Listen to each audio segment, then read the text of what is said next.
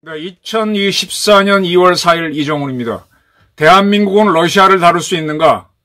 이제 중요한 화두로 등장하는 것 같습니다. 왜 그러냐고요? 제가 앞선 방송에서 지금 북한과 러시아가 짝짝꿍을 하고 있죠. 러시아는 유럽에서의 우크라이나 전쟁과 별도로 동북아에서의 전쟁까지 양면 전쟁을 각오한 듯 각오를 했으니까 덤벼드는 거죠. 우리를 가소로이 여기면서 다루고 있습니다. 그러한 러시아를 우리는 어떻게 상대할지 한번 생각해 보시기 바랍니다. 지금 대한민국을 강대국으로 볼 것이냐, 형편없는 나라로 볼 것이냐는 각자의 선택입니다. 근데 이제 대한민국은 G8을 넘보는 나라죠. 세계에서 가장 잘 살고 인구도 많고 한 나라, 8번째 나라에 끼려고 하는 나라입니다. 그렇다면은 러시아나 중국 정도는 다룰 수 있어야 됩니다. 지금 러시아가 북한하고 너무 짝짝꿍을 하고 있습니다. 제가 앞선 방송에서도 얘기했었고요. 8.18 캠프 데이비드 체제 대 9.13 스포보드니 합의. 예. 한미일 대 북로 대결 구도다. 설명을 한 적이 있는데 지금 러시아가 너무 북한하고 짝짝꿍이 되니까 저도 몇 번 생각했던 건데 대한민국 외교부가 주한 러시아 대사를 불러서 야단을 치는 초치를 했습니다. 잘했어요. 잘했는데 거기에서 멈추면 안 됩니다. 저는 더 러시아에 대해 강경하게 나가야 된다. 그 예로 꼽는 것이 그게 몇 년도인가? 1997년쯤 됐나? 벌써 세월이 많이 지났네요. 김영삼 정권 때 주한 러시아 대사관에 있던 러시아 해외정보부 파이트 요원을 우리가 추방한 적이 있습니다. 반대로 러시아도 모스크바 주재 대한민국 대사관에 있던 당시는 국가안전기획부죠.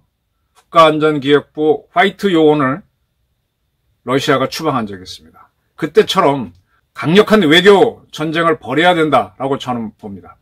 지금 북한의 최선희 외무상이 외교부 장관이죠. 러시아를 방문해서 러시아 외교부 장관도 만나고 푸틴도 만났습니다. 근데 그 시점에서 러시아는 우리를 어떻게 했는가 하면은 외교부 차관을, 러시아는 차관이 여러 명이에요. 미국도 차관이 여러 명 있듯이. 아시아 태평양 담당 차관이 대한민국을 방문했습니다. 2월 2일 날 왔죠. 그래서 우리 외교부 1차관을 만나고 차관보를 만나고 또 어차피 한반도 문제를 다루니까 한반도 평화보석 본부장을 만났습니다. 그래서 우리는 왜 너희는 자꾸 북한하고 짝짝꿍 하느냐 이렇게 얘기를 했고 지금 러시아에 있던 우리나라 기업들이 지금 많이 손해를 보고 있죠. 우크라이나를 지원한다는 이유로 여러 가지 제재를 해서 거기에 진출했던 현대 같은 데가 철수를 하고 있죠. 아주 헐값에 공장을 팔고 나왔습니다. 그러니까 러시아는 지금 뭐냐? 이래놓고 나서 바로 그 다음 날인가 러시아 그 여자 외교부 대변인이 나와가지고 지난번에 이제 통합방위 협의회를 했는데 윤 대통령이 북한이 핵 선제 사용에 관한 법을 만든 거를 비판하고 러시아가 그걸 도와줬다는, 러시아가 노골적으로 북한을 편향한다 이렇게 한 거에 대해서 막말이라고 그랬죠. 러시아 여성 대변인이. 잠깐 여성을 강조해서 미안하지만 막말이라 그러고 아주 상당히 무례하다고. 그걸 러시아는 국제법을 어긴 적이 없다고 아주 강하게 나왔습니다. 러시아가 차관을 보내서 우리를, 그러니까 최선희가 모스크바 방문을 할 시기쯤에 자기네는 차관을 우리한테 보내가지고 다독다독 해놓고 나서는 윤 대통령을 깠어요. 그래서 지금 우리 외교부도 야, 너 러시아 대해서 들어와봐. 그래갖고 한번 야단을 치고 우리 외교부도 브리핑을 통해서 우크라이나를 침공한 거를 특별 군사작전이라고 지칭하는 그건 억지다라고 하면서 푸틴을 비판했습니다. 여기서 멈출 것이냐. 많은 분들이 주한미 대사관이 있는 데를 아십니다. 광화문 한복판에 있죠. 세종문화관 건너편에.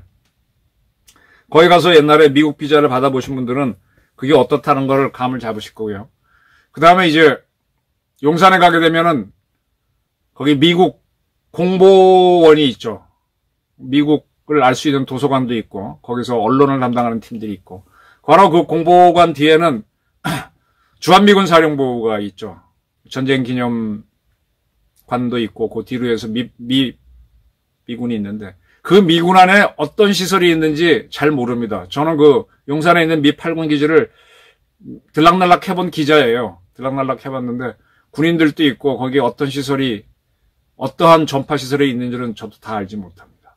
그리고 평택에 가면은 어마어마한 넓이로 주한미 군 기지가 있는데 거기에 온갖 통신 시설이 다 있을 겁니다.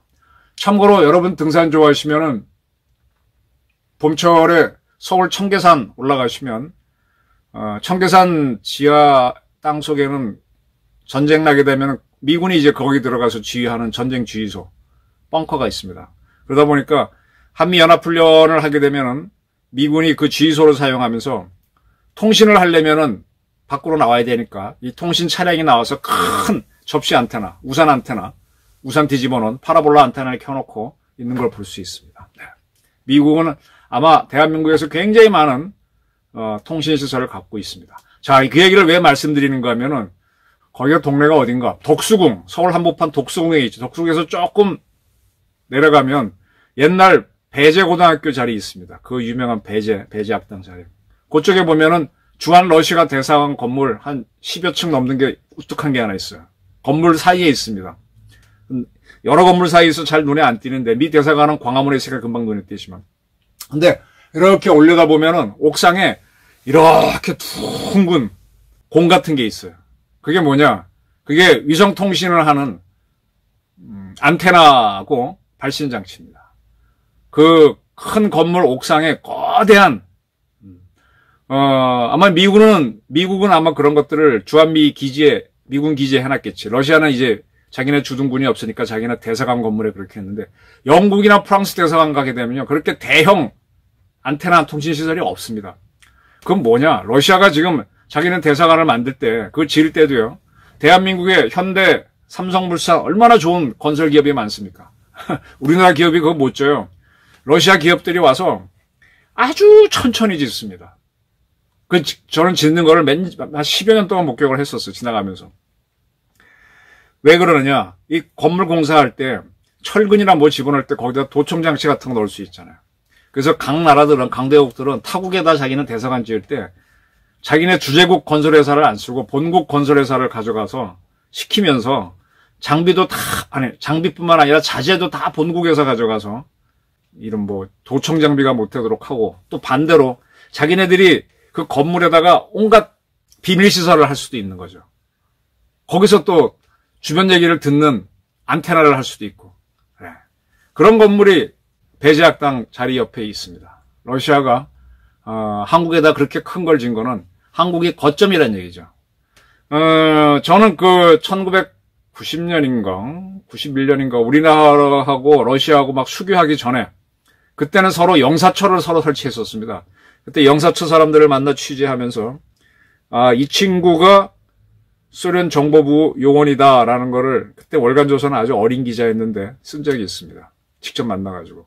그때는 러시아도 우리랑 사이좋게 하려고 만나주고 그랬었는데 정보기관 요원들이 와 있습니다.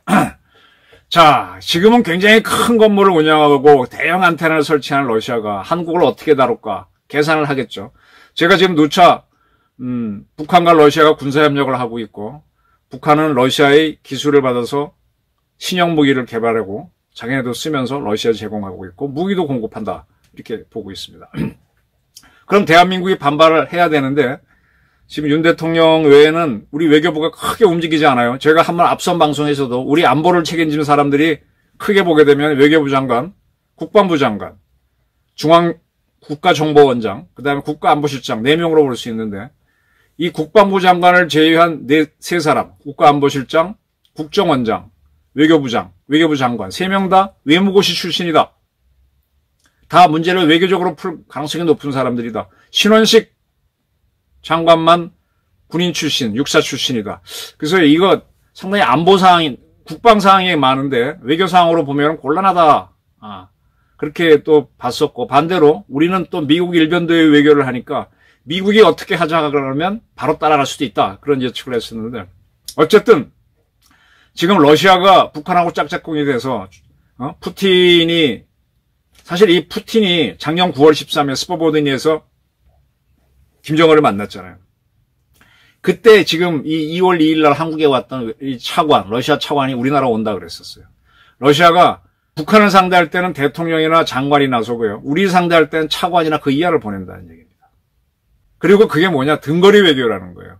남북한을 동시에 탁 러시아가 만나는데 북한에 대해서는 푸틴이나 외교부 장관이 나서서 만나주고 대한민국은 차관이나 그 이하를 보낸다. 이게 등거리 외교입니다. 이게 중국도 그렇게 하고 있어요.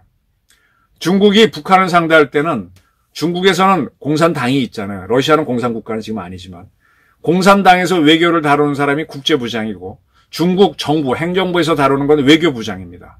당이 훨씬 세요. 그래서 당 국제부장이 북한을 가서 북한도 노동당이 공산당이죠. 거기서 뭐라 그러나 국제 담당 비서나 그 친구를 만나서 딱 결정을 하고 우리한테는 외교부장이나 그 부장 조리 차관을 보냅니다. 동시에 보내서 우리를 남북한을 다루는데 북한을 우대하는 거죠. 이게 강대국들이 주변 국가를 다루는 외교술입니다. 미국이나 일본은 아직 북한하고 수교를 안 했고 러시아랑 중국은 우리랑 수교를 했으니까 어쨌든 우호국이니까 상대를 하는데 등급을 떨어뜨리는 외교관을 보내지만 미국과 일본은 북한하고 수교를 안 했으니까 우리하고 거의 일방적으로 하는 거죠. 그게 다른 점입니다. 자, 러시아는 이렇게 다루고 있어요. 작년 9월 달에 푸틴이 김정은을 만날 때는 차관을 보낼 것처럼 하다가 안 보내고 질질 끌다가 최선희가 모스크바 갈 때쯤 자기네 차관을 보내서 너 한국 내가 잘 대해줄게 이렇게 놓고 나서는 윤 대통령 발언을 가지고 막 외교부 대변인이라고 그러면 장관, 차관도 아니고 국장급 내지는 과장급이 나와서 우리 대통령을 까는 거예요. 그러니까 우리가 차관이 왔다 가서 그나마 외교 사이드는 항상 잘하는 걸 하려고 그러니까 좋아.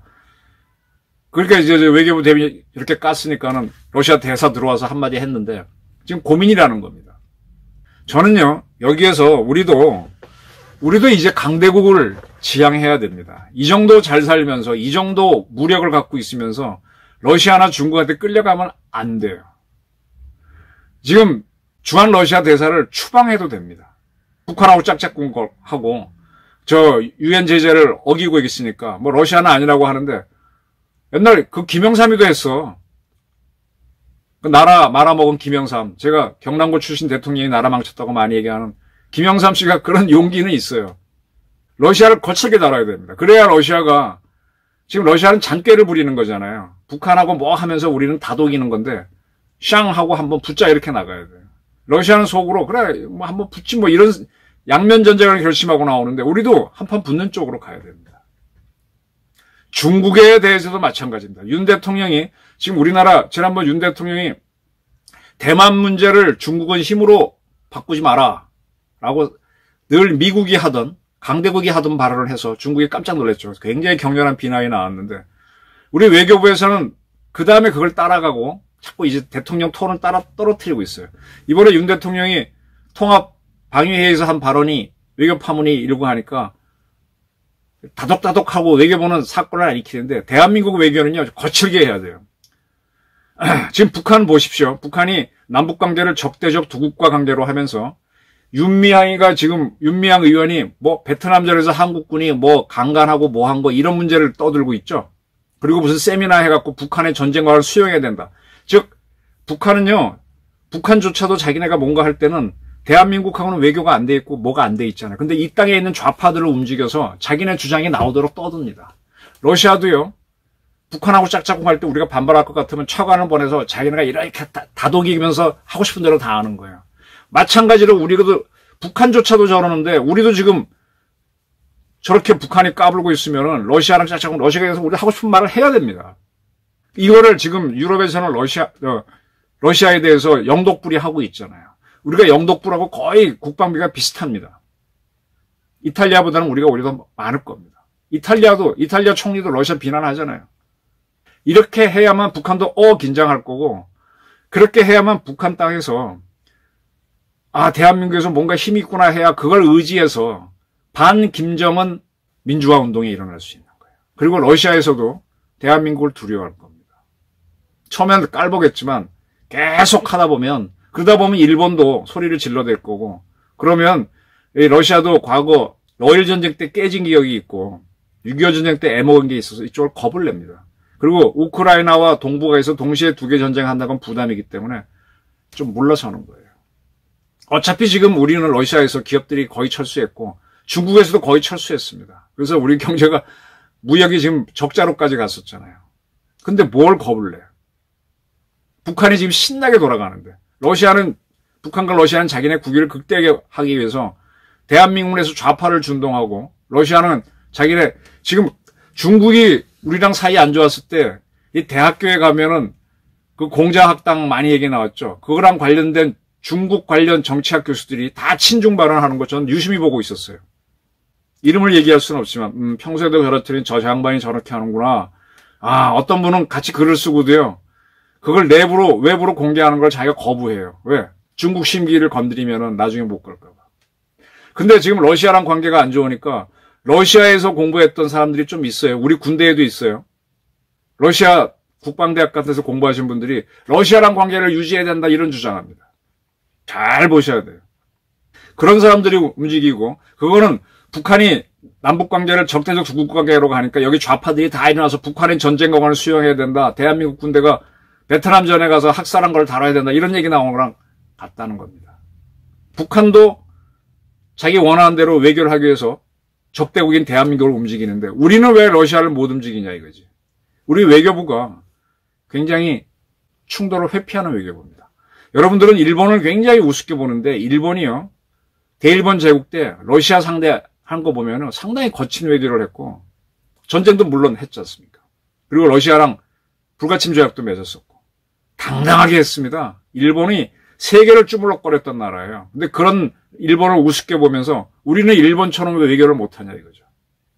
자, 오늘의 주제는 러시아를 거칠게 다뤄라. 러시아 대사, 주한 러시아 대사 추방해라. 이겁니다. 감사합니다.